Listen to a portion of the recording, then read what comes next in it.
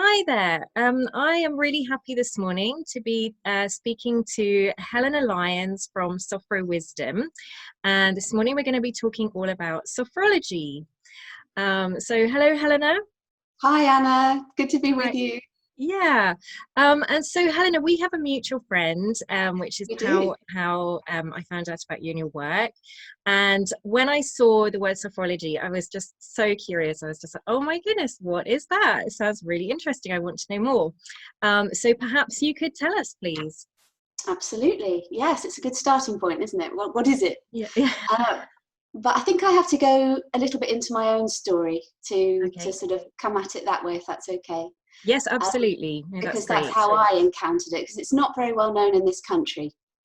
Yeah, no, It's that would be wide, lovely. Thank you. yeah, it's widely known in Europe, in continental Europe, but not so much in the English-speaking world yet. So basically, about 3 years ago, I hit a period of poor health, both initially physically, but then over the months and then the years that followed, it became a period of mental ill health as well.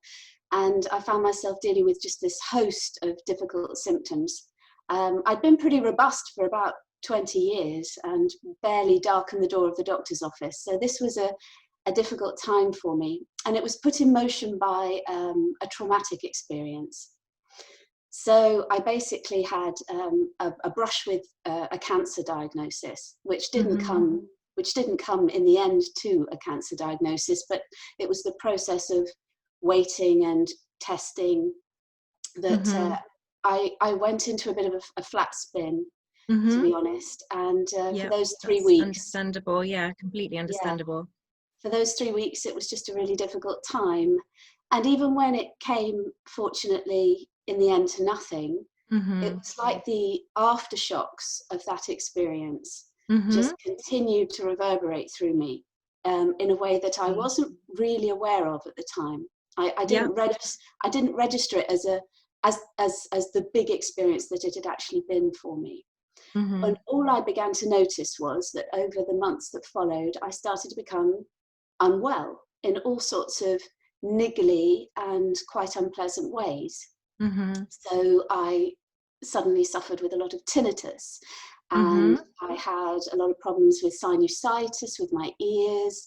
I had a year and a half of acute dizziness. So that was deeply unpleasant. And also, dizziness is kind of on a feedback loop with anxiety. Hmm. The way the brain processes it, Yes. it's very intimately linked with anxiety. So then I found myself becoming anxious. Yeah. I had migraines, I had Hmm. back pain, I mean, all sorts of things that I literally 6 months previously I hadn't Never had. Yeah. had So, a whisper of. so pretty much out of the blue, would you say? I mean, at the Yeah, time, it was yeah. just you weren't maybe making that connection, and it just seemed No, going from healthy to suddenly having all these health issues. to suddenly really not healthy, Yeah. yes. Yeah. And actually finding myself in quite a scary place because Yeah. my mental health too had always been, fortunately, robust. Yeah. So to find myself suffering with anxiety and then this kind of creeping sadness, which also came in Yeah. on the back of it, which of course was depression. Hmm. Um, so several months where I was just sliding incrementally, It's not right. Yeah. small steps downhill without really noticing what was going on, but just somehow a year later thinking, how have I travelled that distance? Hmm. How Yeah. have I got there? So anyway, it was probably at my lowest ebb when I was feeling really rotten. So is Um, this kind of a year and a half on? You this is just mentioned that as a time scale. So yeah. probably about a Okay. year on from the initial experience. Yeah. And I happened to be just looking at the Saturday newspaper, one of the broadsheets, and it had this article in it about this thing called sophrology. Hmm. And I'd never heard of it, and it didn't mean anything to me. But I sort of flicked through the article. I'm not even Helena, sure I read it oh, properly. right. It I've was got you back just, I again. was Yeah. skimming it with my eyes. Hmm. Oh, we're back, are we? Yeah. Yeah. We're back. We're back. Yes, You're fine. Yeah. Yeah. and the article, the journalist who'd been sent to try this thing called sophrology, she finished the article by saying that She tries a lot of things in the course of her work, and not many of them stick. But she thought this would. Okay. She'd found it powerful and effective. And so I thought, well, I bought the book that the article was referring to, and it came the following day, and I started to teach myself some of the exercises in the book.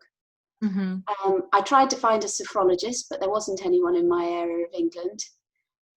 So I just quite inexpertly started to do the exercises by myself. And pretty much from the very first time, I just noticed that what it gave me was a window, like an opening into a more spacious place inside, a more peaceful place. And even those 5-10 minutes of actually reconnecting with that inside me and having that experience, which was so far from what had become my norm, over time, as I just did little bits here and there and more, it began to just build again this sense of positivity and balance within me. And it was, I think, key in my journey back to being healthy again. That's so amazing, isn't it? That is so amazing. And I can really, two things really resonate with me, actually. One is the list of symptoms that you describe are really similar to what happens to people often with post-concussion syndrome and persistent concussion symptoms, which is what I've had, and which a lot of people experience after a concussion. And all those things you mentioned are part and parcel of the syndrome that you can get. And it is triggered by, it's also interesting you say it was triggered by a traumatic experience. So the trauma of having a head injury or a concussion is traumatic in itself. It's just the injury plus the trauma. And that can be ongoing. And I think it sounds very similar in that you kind of get all these things going on in these pathways in your brain and these loops that all kind of feed into each other. And so that really, really resonates. And it also really resonates that you then found something. I love how you described that about this window into a more peaceful place, that it kind of gave you the breathing space to get out of those feelings and that place that you were in to experience something different, that then it sounds that lifted you, and that then over time, and I guess as you practiced that more and more, that became more of your norm. Exactly. And I'm assuming that sort of pushed back all the other things and you managed to climb out of wherever you were at. Yes, I did. Yeah, absolutely right, Anna. Yes. That's it. So that's just so lovely to hear that. It's such a lovely story. Thank you. So that's how I came across it. But what is it? Well, it was born in the 1950s and 60s in Spain, in Madrid. It was the brainchild of a Colombian-born neuropsychiatrist. He was a neurologist and a psychiatrist who was working in the hospital in Madrid. And he was treating traumatized soldiers returning from war. And he was in charge of administering electroconvulsive therapy and all sorts of other therapies for treating these deeply traumatized and damaged men, both physically and mentally, who were returning from this awful experience that they'd had. Would you say now that is perhaps PTSD that they were dealing with, do you think, or is that not clear? Oh, it was certainly, of course, it would have been part of their picture. Yes, absolutely. Yeah, so it was born out of trauma, actually. And what he sought to do was to create something, a therapeutic method that would help to restore consciousness to harmony. And not just consciousness, but the whole human being, body, mind, emotions, to restore the human to harmony peacefully. Okay. So that was his kind of aim, his mission, if you like. And being a scientist, it was very strongly founded on science, brain science, nervous system science, vagal nerve science. The science of it is who he was as a doctor of very high status. At one point, he was the president of the World Federation of Psychiatry. So he wasn't just any old psychiatrist either. He was at the top of his game. But what he sought to marry with his knowledge of those sciences was the wisdom from other traditions, which for centuries, if not millennia, have helped to restore human beings to peace and harmony. So he turned to the East and he looked at yoga, and he looked at Buddhism, particularly Tibetan Buddhist meditation. And actually that's where the modern mindfulness movement also comes. Mm-hmm. So he was ahead of the modern mindfulness movement in that respect. And he looked at Japanese Zen, he looked into hypnosis, he looked into phenomenology, into different methods of relaxing the body. And out of all these different strands and different philosophies, different traditions, he sort of drew them all together. He sought to seek what was transformational about each of these things, and then to combine the kernel of them, if you like, into one practice. Okay. So Yeah. in sophrology, you get a very strong scientific foundation for what's going on in the body, in the brain, in the whole human being. And you also get the movement, some of the what we call dynamic relaxation, which is the gentle movement that comes from yoga. You get pauses within the practice, which are building in mindfulness and meditation and the benefits of that, but they're not long. So it's not the problem a lot of people have with meditation, of having to sit there in silence for 20 minutes and feeling jittery. You know, it's woven into this quite dynamic practice so that it doesn't feel as challenging. And also he uses he used the power of the imagination, so there's visualization as well in there, and it's all done, and breathing, a lot of breath work. Brilliant. Yes. Yes. Wonderful that it's so varied, you know. It's so varied. Yeah. It's so varied, and it's all done within a slightly altered state of consciousness that he drew from hypnosis, but it's not being hypnotized. It's not as deep as the hypnotic state. It's known as the alpha brainwave state. I know what you're talking about. Yes. Yeah. Yeah. Yeah. So basically, with my voice as a practitioner now, with my voice at the beginning of a practice, I just guide my client into a very relaxed state, physically and mentally. You're totally in control. There's no issues with, you know, that you won't do anything you don't choose to do. But it's a very open and relaxed and quite creative state. And in that state, the exercises can have this very powerful and healing effect. So. Wow. It sounds amazing. And I find it fascinating because on my journey, my 4-year recovery journey after my concussion, and I've had chronic pain as well. Yeah. I have kind of pieced lots of bits of the puzzle together myself and found different things and come across different people who've helped me with various things, and every single thing you mentioned I've tried or done, and each one of those has been really effective, like incredibly effective, and I know I wouldn't be where I am today without using those techniques and things. They are so powerful. And so I can see when you said, you know, the founder, he took all these things and kind of created this kernel and kind of distilled everything into this practice. I imagine that's very powerful and can really, like you say, it's transformative. I have no doubt that is a transformative process that people go on, and they get they have real lasting change from that. Yes, it is. I think as well that I know I was really skeptical in the beginning. I was just not into any of this stuff at all. I was just go, push through, carry on, you know. I felt completely that my mind and body was separate. I lived very much in my head. I did not understand the mind-body connection, and I didn't you know, I really didn't understand how one influences the other at all, and just being forced into my own situation and my own healing journey, I just thought, I was desperate actually. I was just like, well, I'm just going to try things. I really didn't want to stay on medication and going down that route, and I didn't want to do nothing, and so I was prepared to try pretty much anything really, well, within reason, if it resonated with me, even if initially I had been like, oh, I'm not sure, but then I would be like, okay, well, I'll try it. Other people are saying this is helpful.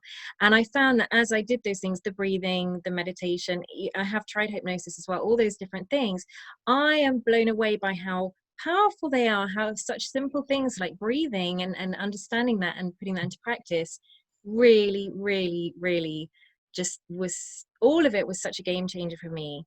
Yeah. So I have no doubt that what you do is very powerful for people. Yes, it does seem so. It certainly was for me. And over the months that followed me encountering it, I just suddenly felt drawn to becoming a practitioner. So I started to train. There's only one academy in the UK. There are hundreds on the continent. But I launched into this 2-year diploma course and qualified this year. So yes, I've been on quite a journey with it. Yeah. Really, really wonderful to hear, Helena. It's so lovely to hear how how your own experiences, you managed to find a way out, and now you're passionate about that, and you're passionate about helping other people and sharing those tools and techniques and sophrology with other people. It's really, really lovely to hear that. I think that's often how life goes, isn't it? Our mess becomes our message, if you like.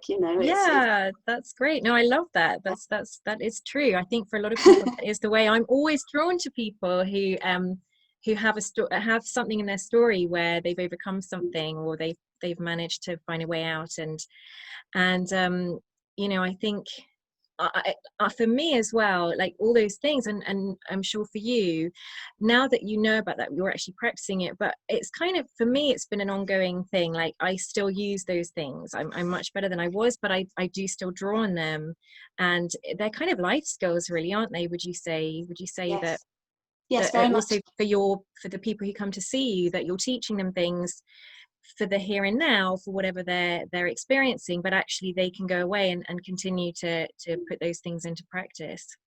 That's absolutely right. Yes, it's meant to be a very autonomous, enhancing process.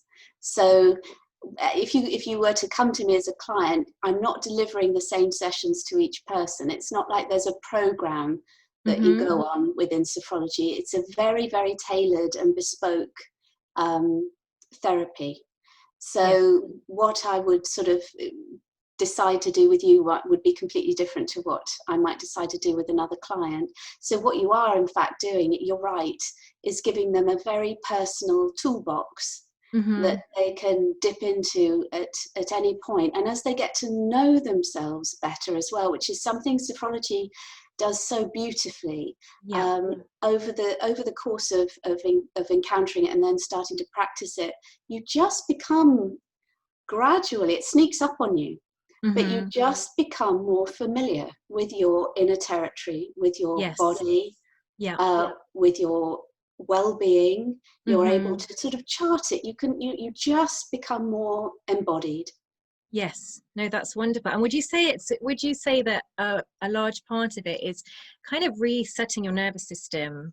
Yes. Do you think that, I know for me that's been quite key and something I've really taken away from it. I think I didn't know anything about the nervous system at all before, but I'm thinking that that's a big part of what's going on. Yeah, absolutely. And you're right, I didn't know much about it either. And yet I think understanding that we're animals, basically, in bodies, and the role of the nervous system is to keep us alive. And to do that, we're constantly at the mercy of this dance of stimulation and soothing that goes on via the sympathetic and the parasympathetic nervous systems. And of course, when that's working, it works beautifully. I have a shock, and then I calm down. And I need both those things. I need the shock to keep me alive, potentially, and I also need to calm down because the threat's over. But what happens so often in a post-traumatic type setup, or in a long-term stress situation, which of course so many of us are in right now, absolutely, is that we're just receiving the messages that are causing us to go into this state of stimulation and stress. the hormones coming in, you know, and the soothing isn't happening. Yeah, So I've heard it described as having the brake and the accelerator on at the same time, you yes, know, kind of thing, that you, yes, like you say, you get stuck, and yes, you get stuck. yeah, and the Exactly soothing right. isn't happening. So yeah, no, that's really it. Yeah, Yeah, it sounds really, really something that could help a lot of people. As you say, just with the situation that we find ourselves in now, causing long-term, many of us to be in a state of long-term stress, but also people who have had a traumatic experience, or whatever that may be. yeah. So I can see you, potentially it has the potential to help a lot of people.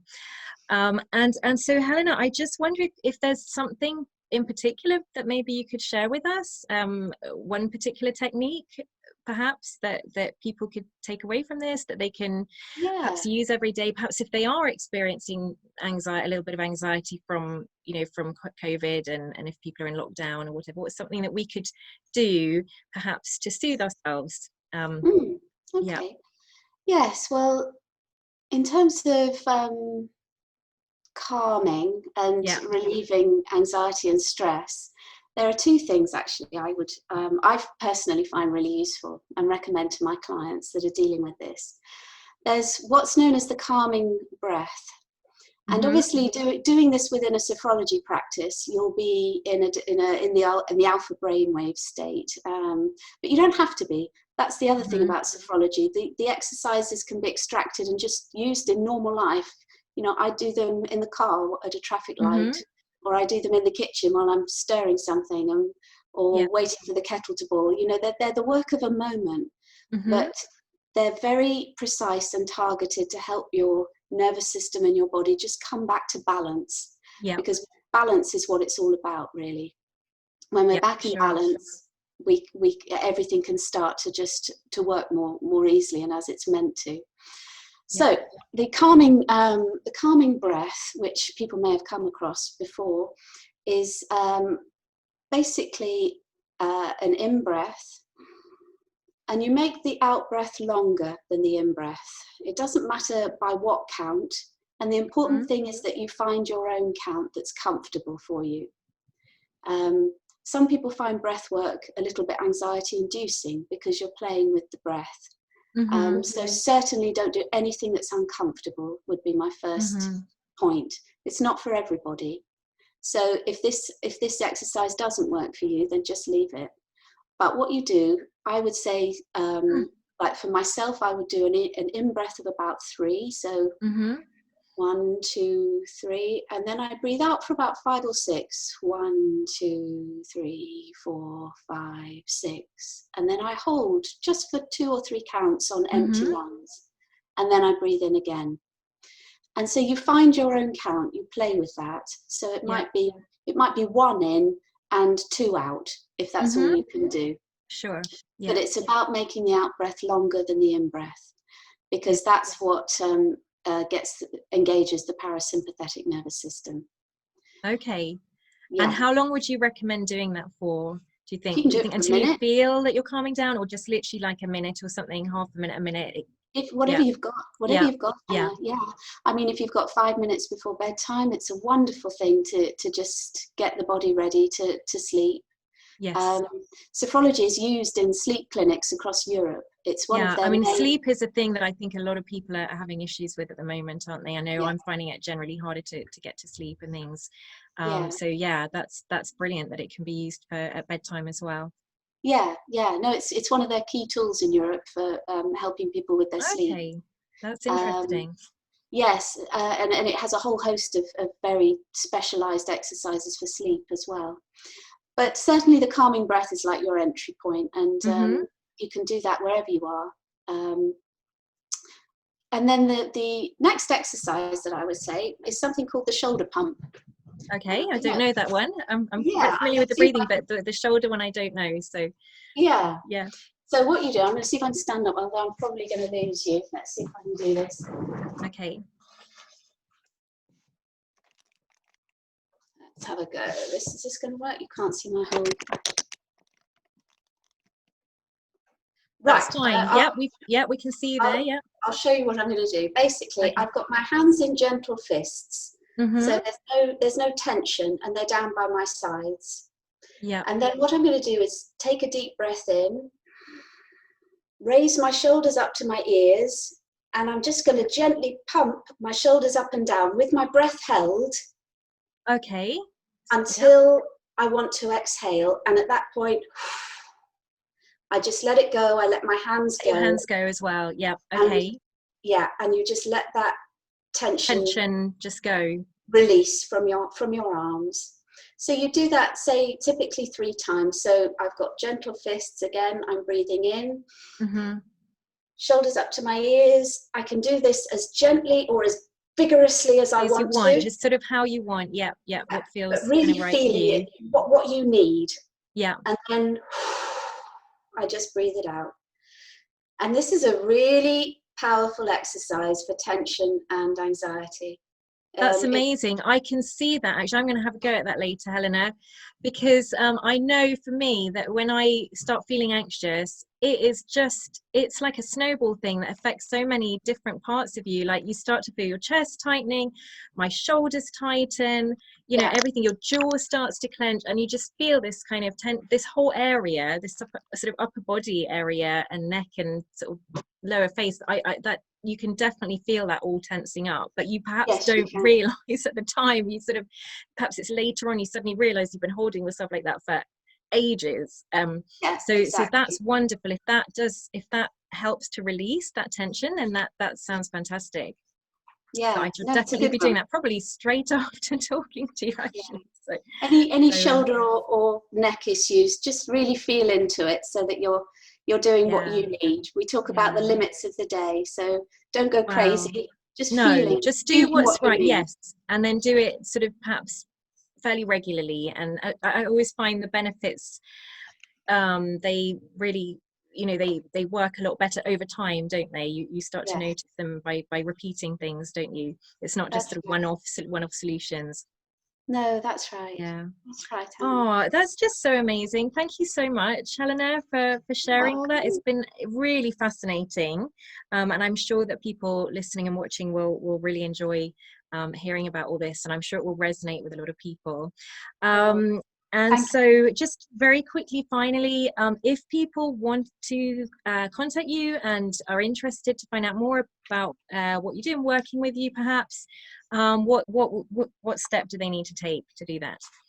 Well, they'll find me online at my website, which is www.sophrowisdom, which is SOPHRO, sophrowisdom.co.uk.